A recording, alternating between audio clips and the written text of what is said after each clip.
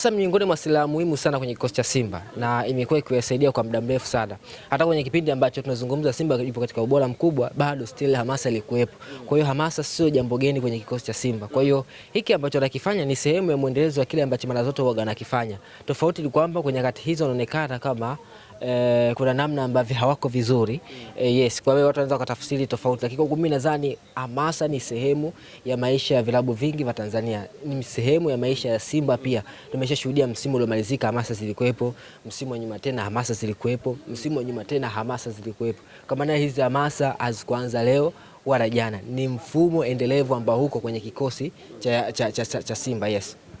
Kutokana na performance ya timu kwa sasa hivi na hii hamasa ambayo umeanza leo hii rasmi kuizindua pale katika tawi lao la Msasani, unahisi mashabiki wa Simba watajitokeza kweli? Pengine kama ameikatia tamaa hivi timu kutokana na katika kundi lake D anaburuza mkia.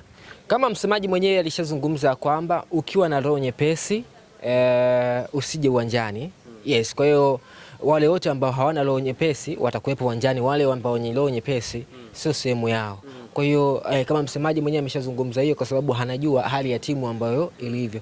Kwa hiyo kama mshabiki ukienda kwenye mchezo wa Simba lazima uwe na matokeo yote matatu kwenye mkono wako ili usiathirike kwa namna yote ile. Uwe na matokeo ya kushinda, of course ikitokea utashangilia, utafuka furaha kubwa, lakini pia uwe na matokeo ya sare ama suluhu ambayo inaweza katokea, lakini pia uwe na matokeo ya kufungwa. Kwa hiyo kwa hali yoyote, kwa hali ambayo yuko nayo Simba, hakuna ile garantia moja kwa moja kwamba tunaenda kwenye mchezo tunakwenda kushinda. Na ndio maana msemaji akasema kwamba kwa nyakati hizi kwa namna timu inavyocheza hawezi kusema chochote wala hawezi kutoa comment zaidi ya kuambia wale mashabiki ambao wana roho nyepesi wakae sehemu waangalie mpira wasije kiwanjani, ile wale mashabiki ambao wana roho ngumu waje uwanjani. Lakini pia alizungumza kitu kikubwa akasema kwamba mpira sio mchezo wa watu dhaifu. Kwa hiyo wewe kama una roho nyepesi na maanisha wewe ni dhaifu na mpira haukufai. Kwa maana gani? Kuna nyakati chungu lakini pia kuna nyakati ni tamu.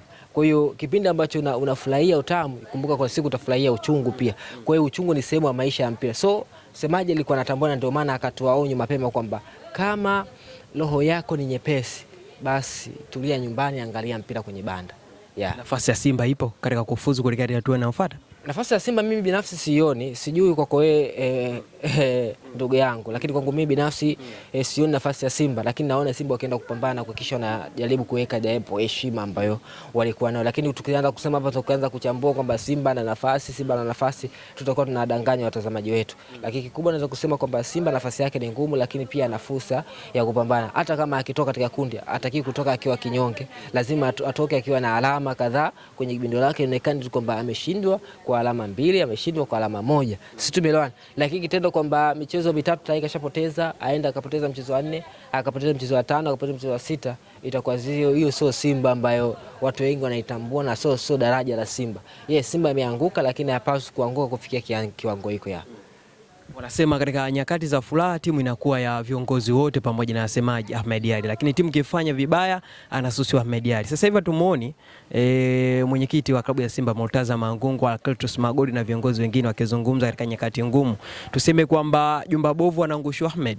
Hawana cha kuzungumza kwa sababu miongoni mwa watu ambao wamekuwa wakipewa hiyo naniu kwa maana lawama ni hao viongozi. Kwa hiyo viongozi wao ni sehemu ya walaumiwa, ni sehemu ya watu ambao wanapaswa kuwajibika. Ndio maana naona mara nyingi unamuona Ahmed Ally anaonekana ni miongoni mwa watu ambao ni dhaifu tu kwenye klabu. Ni mtu ambaye anasikiliza kauli kutoka wao viongozi. Kwa hiyo viongozi wao kutokuonekana kwao ni sehemu ya kuwajibika, sababu wao ndio wanaonekana kwamba ndio wenye makosa. Na ndio maana naona uwezi kumwona Mangungu, uwezi kumwona Magoli na wengineo, kwa sababu wao ndio ambao wanapaswa kuwajibika kwenye hii hali ambayo anapitia Simba sasa hivi. Yeah. Shukrani sana, funga meza. Asante sana. Kasako Media, tunaangazia maisha, tunaandika kesho.